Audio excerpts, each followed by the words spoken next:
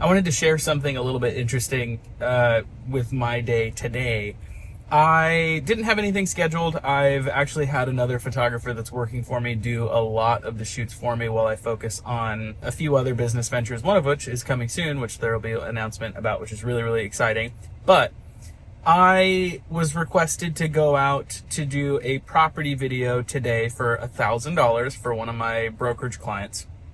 And I got there, and it was this $2 million, like, it sounds really expensive, and it was a nice house, don't get me wrong, but it was kind of oceanfront, which is why it was so expensive. And she told me, she was like, hey, I actually sold this house last night, and I'm using this video as a part of a gift to my listing clients as a little memento of the house, so that, you know, wherever they move to, they can always have this video to remember it, which is really sweet.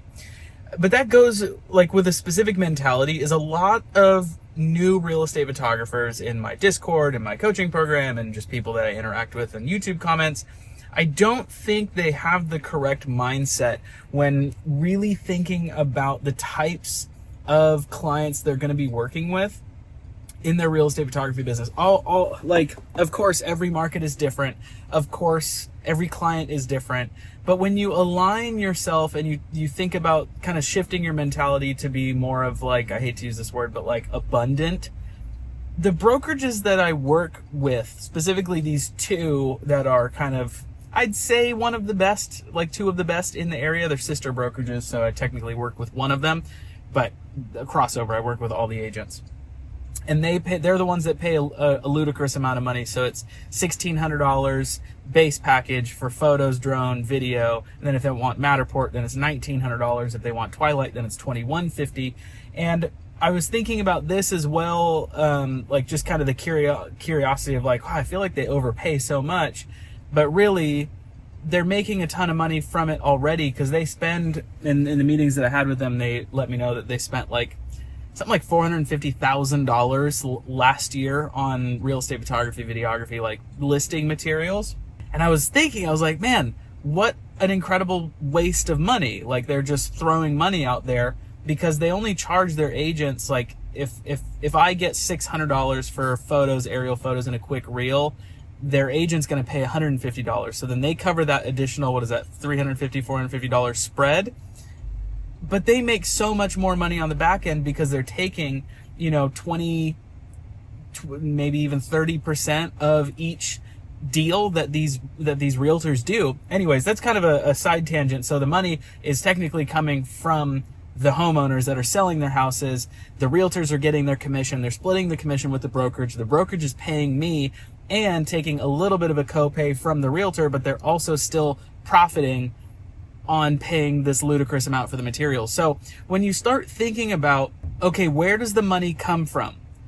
How can I get some of that money? And you're thinking about, oh, I can't charge more than $150, or, oh, I can't charge more, I can't do this, I can't do that, my market doesn't support it, whatever.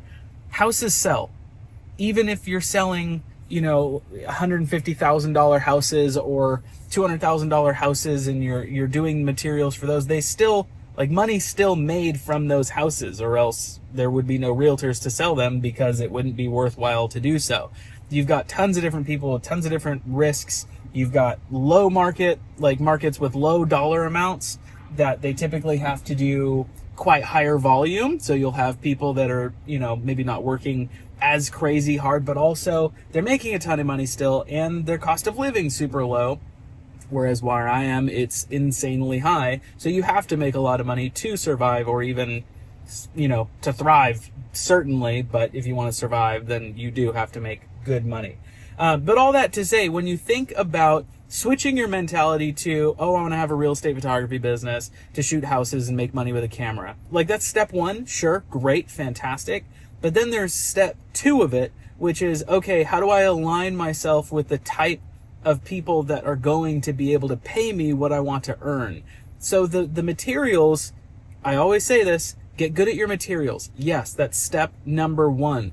But there are better real estate photographers and videographers than me out there. You see all these insane listing videos that, by Eric Davidson and Danny Bertolo and all these people that, produce these insane property videos.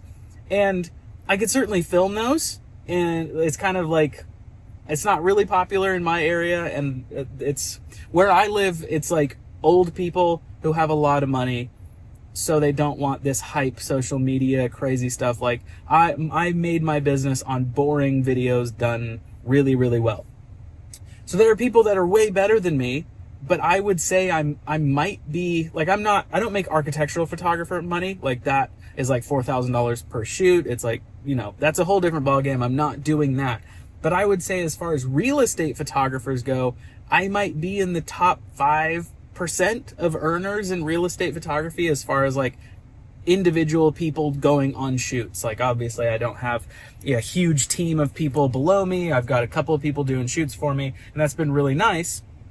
But as far as like earnings per shoot, my average order value is exceedingly high.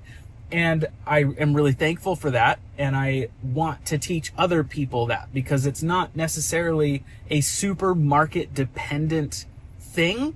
Like, yeah, if you're in Michigan, you'll be earning a little bit less money or a lot less money, but there's also lower cost of living. So it ends up evening out where you might not be able to charge $1,600 for a shoot, but you could probably charge something like $800, and that probably would roughly equal out, because I can't buy a house here for less than $900,000, and I have California tax and all this crazy stuff. So it kind of equals out. But if you're interested in starting a profitable real estate photography business, wherever you are, reach out to me. We can build something really, really good together. I've been doing this for a long time.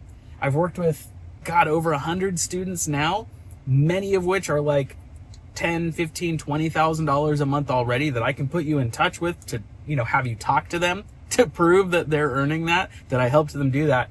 But I just wanted to, I know it's been like 2 months since I've made a video. I've had a ton of stuff going on, but I wanted to quickly touch on this while I wait for this shoot. That is actually the realtor that I'm about to work with. We'll wait here for about 20 minutes. I know it's been a while, but I've got some really good stuff coming that I'm really looking forward to. But like I said, if you want to get going on your real estate photography business, do not wait. Just reach out. I'll have a link below that you can click. We can schedule a call. We can chat about it, chat about what you want to do, what, the specifics of your area, all that sort of stuff. Let's get in touch. Thanks for watching. I'll see you in the next one. Goodbye.